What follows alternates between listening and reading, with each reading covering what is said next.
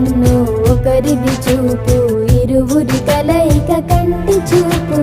ఒకరిది మాట ఒకరిది భావం, ఇరువురి కదలిక కదిపిన కథ ఇది ప్రేమ